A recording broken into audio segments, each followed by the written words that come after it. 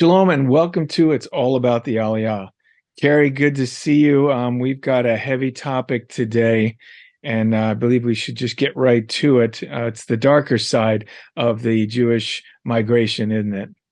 It is, and it's good to be with you, Gary. This is the darker side, but when I go to teach this in synagogues, Mm. I'll show the Jews, the Jewish people, what we're teaching the Christians.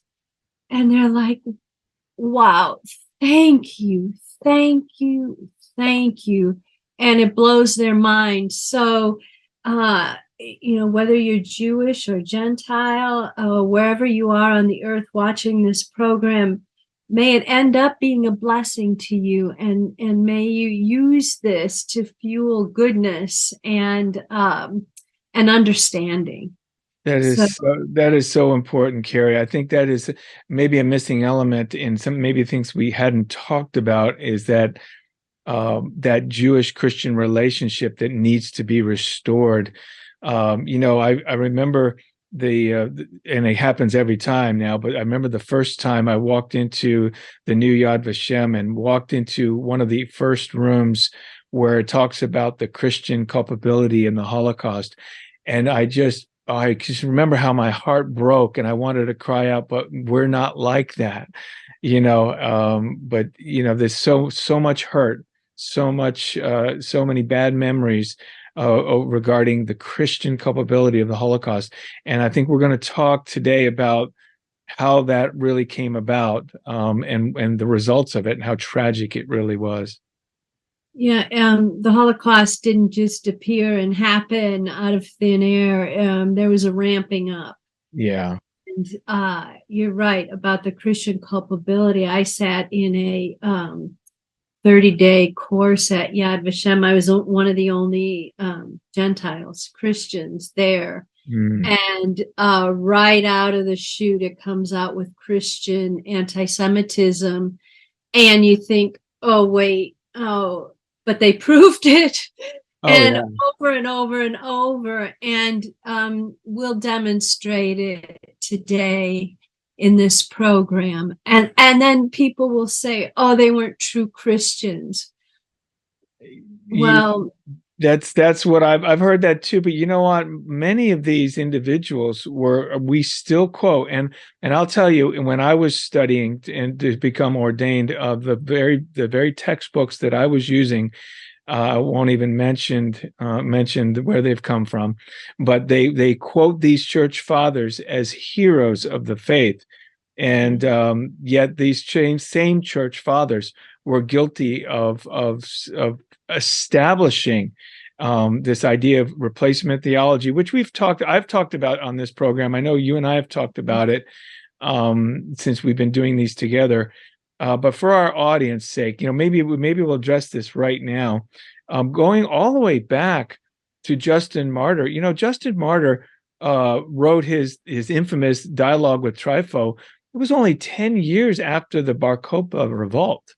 And for our audience, if you don't know what that is, the Jewish people tried to overthrow the Roman oppression one last time, around 135 AD, and it was crushed. It did not work, and this is why Jewish people were scattered throughout the world. But only 10 years later, we have this, again, church father writing this fictional dialogue between a fictional Jew named Trypho and himself, and it really goes a long way in vilifying the Jews and talking about Christianity having replaced Israel. And it was one of those foundational documents or moments for replacement theology. And so it started very, very early, didn't it, Carrie? It started early. Well, we're entitling this program Aliyah, in the Shadow of Death. And this was the case pre-1882. Well, there were always Jewish people living in the land. They were impoverished and so forth, but they were always there. But prior to 1882, Aliyah to Israel was done under the most desperate circumstances. They were in rags. They had, and you couldn't hop on a train or even a camel. They walked. They walked there, and finally made it. And then when they made it, Israel, the land of Israel, was full of disease and poverty and even persecution there.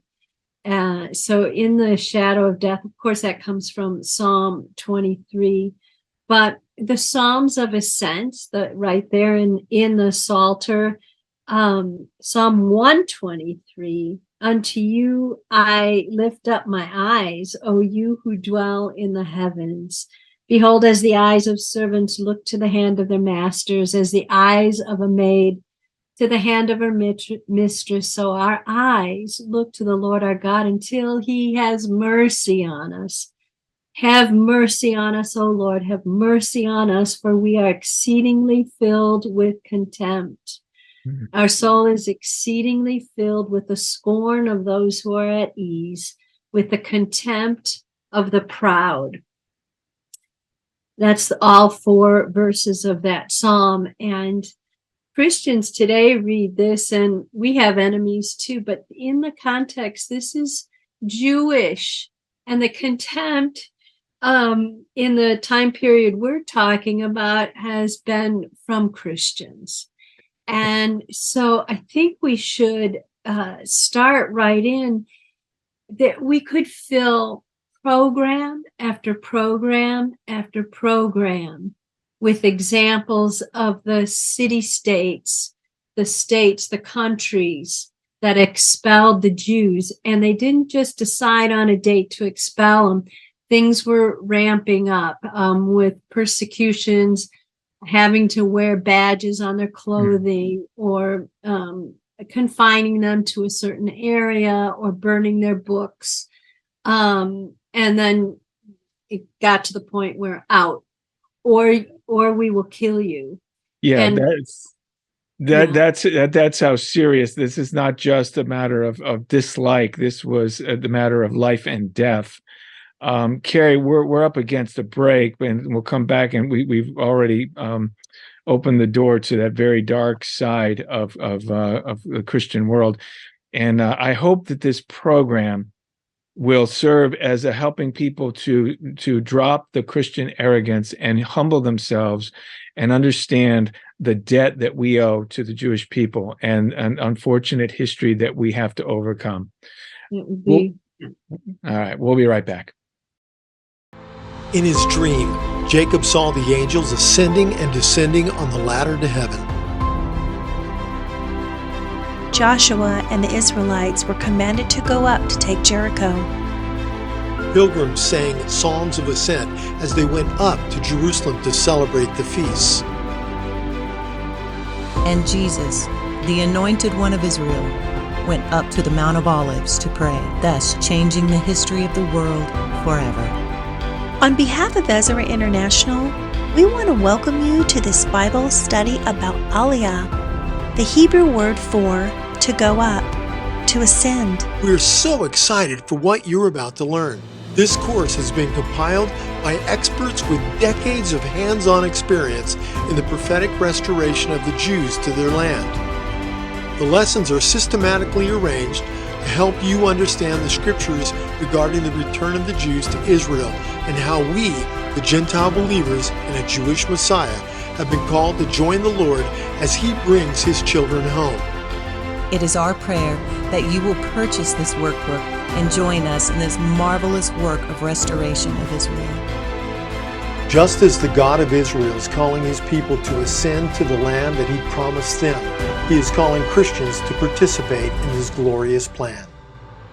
To receive this workbook and increase your understanding of God's end-time plan, go to EzraInternational.org and click on Store. You'll see Aliyah, Understanding the Return of the Jewish People to Israel workbook. Order yours today and partner with God and Ezra International in bringing the Jewish people back home. All right, welcome back. We were talking before the break about the unfortunate Christian history of persecution of the Jewish people. And as Carrie said in the first segment, this did not just come out of nowhere, did not come in a bubble. The conditioning came from really doctrine and our from our church. Let's go back all the way to Constantine and the Catholic Church, when he was trying to establish unity within the kingdom of the Roman Empire at the time. He called the Council of Nicaea, where bishops came together and codified their doctrine. And I just want to read to you some of the words of Constantine to give you an example of the prevailing thought at the time. This was a letter after the Council of Nicaea to the clergy who had not attended, and they were talking about the debate over Passover, keeping the feast or doing something different, which was Easter. And this is what he said regarding keeping Passover versus keeping Easter. He said, "It appeared an unworthy thing that in the celebration of this most holy feast, we should follow the practice of the Jews, who have impiously defiled their hands with enormous sin, and are therefore deservedly afflicted with blindness of soul." Then he goes on to say, "Let us then have nothing in common with the detestable Jewish crowd, for we have received from our Savior a different way." This is the foundation. This is the conditioning that happened in the Catholic world, and we'll talk another time about what happened in the Protestant world. But there you go, Carrie. I mean, this is why Europe believed the way they did, isn't it? Well, it certainly gives weight to it. You know, this emperor telling the church council and stuff what to do and what to think, but the church was already thinking this way on its own, and unfortunately, and so one of the things that the church said, Rome, it came from Rome, that Christians are forbidden to engage in usury. And usury is an old-fashioned word meaning lending money. Right. So Christians couldn't lend money. Well, we have to borrow money all the time. I borrow money. And when you borrow money, you pay interest for the privilege of using that money for a while, and then you pay it back. Right. But you pay it back with interest. So the Jewish people were the money lenders. And what happened was now Christians owed a ton of money to the Jewish people. Well, and then also the Jewish people would say, okay, you don't have to pay back this money. We'll barter. We'll take this piece of land. Right. And this is what was happening in England. So all of these Christians and the nobility were indebted, literally indebted to the Jewish people, and they hated that. Yeah. They started to resent that. In addition to the theological things, the Christ killers, the Judases, the veil over their eyes, and all of that. So what England did, we're going back to the 1200s, and a benchmark for this to help us remember, Braveheart with what's his name? Yeah, William Wallace, and that movie Braveheart. William Wallace was fighting against this king of England, Edward Longshanks, who eventually kicked out the Jews. So 10 years prior to him giving an edict that all the Jewish people must leave or we'll kill you, he was fighting William Wallace up in Scotland. So Edward I, he came back from the Crusades all, pumped up, and saw that the land, what is all this land? It's in Jewish names, and saying we can't do this. And so he started taxing the Jews higher and higher amounts of taxes, and then placed all these restrictions on them. And then finally in 1290, he said, you have to leave. And so this was the first nation that expelled their Jewish people in 1290.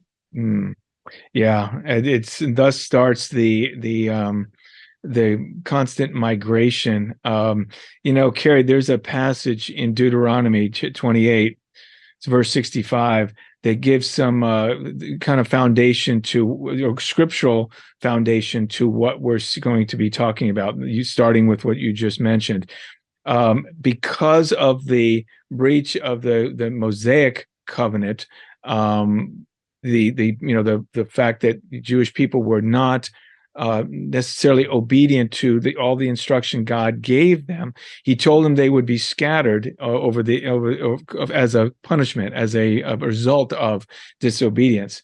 But again, we know because of the Abrahamic covenant that they would always have the promise to return. But verse 65 of Deuteronomy 28 says this: "And among those nations you shall find no rest, nor shall the sole of your foot have a resting place. But there the Lord will give you a trembling heart, failing eyes, and anguish of soul." So, the Gentiles, not that this was something that they were not pleasing God as they persecuted Jews, but God did use their unfortunate hatred and anti-Semitism to fulfill this curse, so to speak, of the scripture. So it was something that Moses had prophesied through, God shared with Moses that this would happen. And it explains a little bit about why Jewish people could never find a resting place outside of Israel for a permanent resting place. There would be temporary shelter, temporary safety, a sanctuary that would last maybe a few years, maybe hundreds of years in some cases, but eventually it would catch up with them and they'd have to flee. Unfortunately, Gary, that's how it was. And so they leave England and maybe went across the channel. England's an island. They go across the channel to France. Well, France, over the course of 100 years or more, this city-state, the nobility would kick them out, or this region, or Paris, or France altogether would expel their Jews under penalty of death. And it came, clergy would give sermons, and especially during Holy Week, and sermons against the Jews. And people were illiterate in those days. They didn't read, so they had to listen and hear the words of their clergy. And then in France, the Jews had to pay a special tax every Palm Sunday. And then also in one place, they had to go on a weekly basis to the cathedral to have their ears boxed. So they're going to the church and during our holiest season of the church calendar is when most of a lot of the worst things happen to the Jewish people. So France was next in stages from the 1100s to the 1300s. And hopefully we can talk a little bit about Spain and then what Russia did also. Okay, yeah, let's go to this break, and then when we come back, we'll see how far we can get in the time we have remaining. All right, we'll be right back.